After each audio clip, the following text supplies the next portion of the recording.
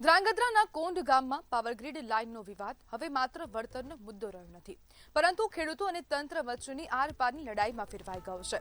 એક મહિનાથી લડત ચલાવતા ખેડૂતોનો આક્ષેપ છે કે તેમની મંજૂરી વિના ખેતરોમાં પ્રવેશ કરી કામગીરી કરવામાં આવી રહી છે, છતાં જવાબદાર અધિકારીઓ સામે કોઈ કાર્યવાહી થતી નથી। ખેડૂતોના રોષનો ભોગ ધારાસભ્ય પ્રકાશ વરમોરા પણ બન્યા। બેઠકમાં ખેડૂતોનો આક્રોશ એટલો ફાટ્યો કે ધારાસભ્યને સવાલોના ઘેરામાં લઈ લેવાયા।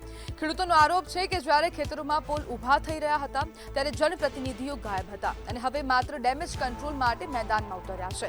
ખેડૂતો સ્પષ્ટ કહી રહ્યા છે કે વિકાસના નામે જમીન અને અધિકારો સાથે ચેડા સ્વીકારાશે નહીં। હવે 30 જૂને રસ્તા રોકો આંદોલન અને ત્યારબાદ ભૂખ હડતાલની ચીમકી આપવામાં આવશે। કોંઢ ગામનો આક્રોશ હવે માત્ર એક ગામ પૂરતો સીમિત રહ્યો નથી, પરંતુ રાજ્યભરના ખેડૂતોના સળગતા પ્રશ્નોનું પ્રતીક બની રહ્યું છે અને છેલ્લા ઘણા સમયથી રાજ્યના ખેડૂતો ક્યાંક ને ક્યાંક અવાજ ઉઠાવી રહ્યા છે, આંદોલન કરી રહ્યા છે। રાજ્યના ખેડૂતોનું કહેવું છે કે તેમના પણ ક્યાંક ને ક્યાંક દમન ગુજારવામાં આવી રહ્યું છે અને આજ મુદ્દે આપણી સાથે ચર્ચા કરવા માટે ખેડૂત આગેવાન અશ્વિન પટેલ જોડાઈ ગયા છે। અશ્વિનભાઈ, કાંઠમાં ખાસ કરીને ખેડૂતો દ્વારા વિરોધ કરવામાં આવી રહ્યો છે અને જે ખેડૂતો છે તે ખાસ કરીને સરકાર પર આકરા પ્રહારો કરી રહ્યા છે, તેનું મૂળ કારણ શું છે અને આજે જે હોબાળો થયો તેનું કારણ પણ શું છે? જી સર, નમસ્કાર। હવે આપણા ટીવીના માધ્યમથી કહેવામાં કહી રહ્યો છું કે ખરેખર ખેડૂતોનો આટલો બધો આક્રોશ ન ફાટી નીકળે। ખેડૂતોને ફક્ત ને ફક્ત એક જ માંગ હતી કે અમારી જમીન આ કંપની અદાણી લઈ રહી છે થાંભલા માટે, તો એનું અમને પૂરેપૂરું વળતર આપવું જોઈએ। બાકી આ ખેડૂતોનો કોઈ એવો મોટો સરકાર પાસે કે કોઈ ચૂંટાયેલા પ્રતિનિધિ પાસે એવો આગ્રહ નતો કે તમે અમને બધું જાજુ બધું આપી દો। તો આ લોકોને એટલી જ માગણી હતી કે આ લાઈન નીકળે છે તો એ કોરિડોર મુજબ જે કઈ પોલ આવતો હોય, જે કઈ તાર આવતો હોય એનું પૂરેપૂરું વળતર આપવું। બાકી બીજો કોઈ આશય નહોતો કે અમને તમે આપી દો જાજુ એમ।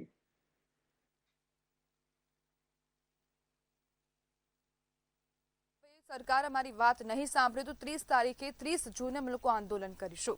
આપને શું લાગે છે, આંદોલન સફળ રહેશે? જી સર, જો ઈ બાબતમાં વાત કરવામાં આવે તો ખરેખર ખેડૂતોને અત્યારે કપાસ ઉગાડવાની સિઝન ચાલુ થઈ, મગફળી ઉગાડી દેવાની સિઝન ચાલુ થઈ ગઈ। જો કંપની દ્વારા આ રીતે અવારનવાર હેરાનગતિ કરવામાં આવે તો સરકાર પણ આની અંદર કોઈ ધ્યાન દે નહીં તો ખેડૂતોને ખરેખર જ્યારે આપણે ગુજરાતીમાં કહેવત છે કે વાવણી અને તાવણી એ યોગ્ય સમય થવી જોઈએ। જો અત્યારે વાવણીનો સમય છે એ દરમિયાન જો વાવણી ન થાય તો પછી ખેડૂતોને ખરેખર પરિસ્થિતિ બેહાલ થઈ જાય એવી છે। તો આગામી આજે જો કે અમારા પ્રતિનિધિ મંડળને ગાંધીનગર મુકામે બોલાવેલું છે અને કૃષિ મંત્રી શ્રી અને પેટ્રો ઉર્જા કેમિકલ મંત્રીને આજે મળવાના છે। હવે શું તે જવાબ આવે છે તે આજે મળી અને ભેગા મળીને રણનીતિ કરવામાં આવશે એના માટે। અશ્વિનભાઈ, ખેડૂતોએ તેવા પ્રકારના આક્ષેપ કર્યા છે કે જ્યારે બેઠક બોલાવવામાં આવી ત્યારે વીજ કંપનીઓના અધિકારીઓને હાજર રહેવાનું હતું, પરંતુ માત્ર ખાલી ધારાસભ્ય હાજર રહ્યા અને ભાજપના જ એકલ દોકલ આગેવાનો હાજર રહ્યા, તો આ જે સમગ્ર બેઠક હતી તેને રાજકીય સ્વરૂપ આપી દેવામાં આવ્યું। જો સર, આ બાબતે જો ખરેખર વાત કરવામાં આવે તો ક્યારે ખેડૂતોને ઉપર ક્યારે આ તો ખેડૂતોને એવું થાય કે પૈડા ઉપર પાટું પડે છે। તો ખરેખર ખેડૂતોની વારે તો કારણ કે આ તો આજકાલનું આંદોલન નથી, એક મહિના અગાઉથી આંદોલન ચાલી રહ્યું છે।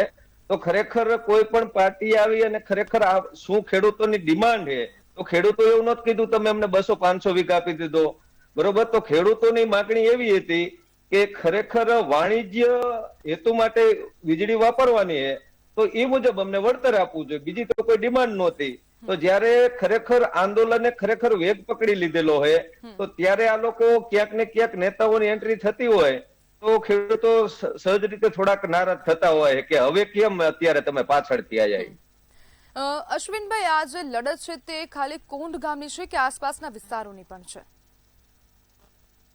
જી સર, જો આની વાત કરવામાં તો અહીંયાથી છે જેતપર લગીની, જેતપર કઈ, સાપકડા કઈ, કોંઢ કઈ, જે કઈ આ કોરિડોર ની અંદર ગામડા આવે છે તો આની અંદર બધા સ્વયંભૂ રીતે જોડાઈ રહ્યા। અત્યારે જેતપર મુકામે આંદોલન શરૂ થઈ ગયું છે, ઉપવાસ આંદોલન, તો તેની અંદર આજુબાજુના લગભગ 40 થી 45 ગામડાનો સપોર્ટ એ લોકોને આપી દીધેલો છે। તો જો ખરેખર કે થાતું ગુમડું હોય એને ડામી દેવામાં આવે તો ઝડપી એની રિકવરી આવી જશે। પણ જો ખરેખર આને લંબાણ કરવામાં આવશે તો ખરેખર આની પરિસ્થિતિ બહુ અઘરી થઈ જશે એવું અમારું અંગત માનવું છે. જી બિલકુલ અશ્વિનભાઈ, જોડાવા બદલ આપનો આભાર.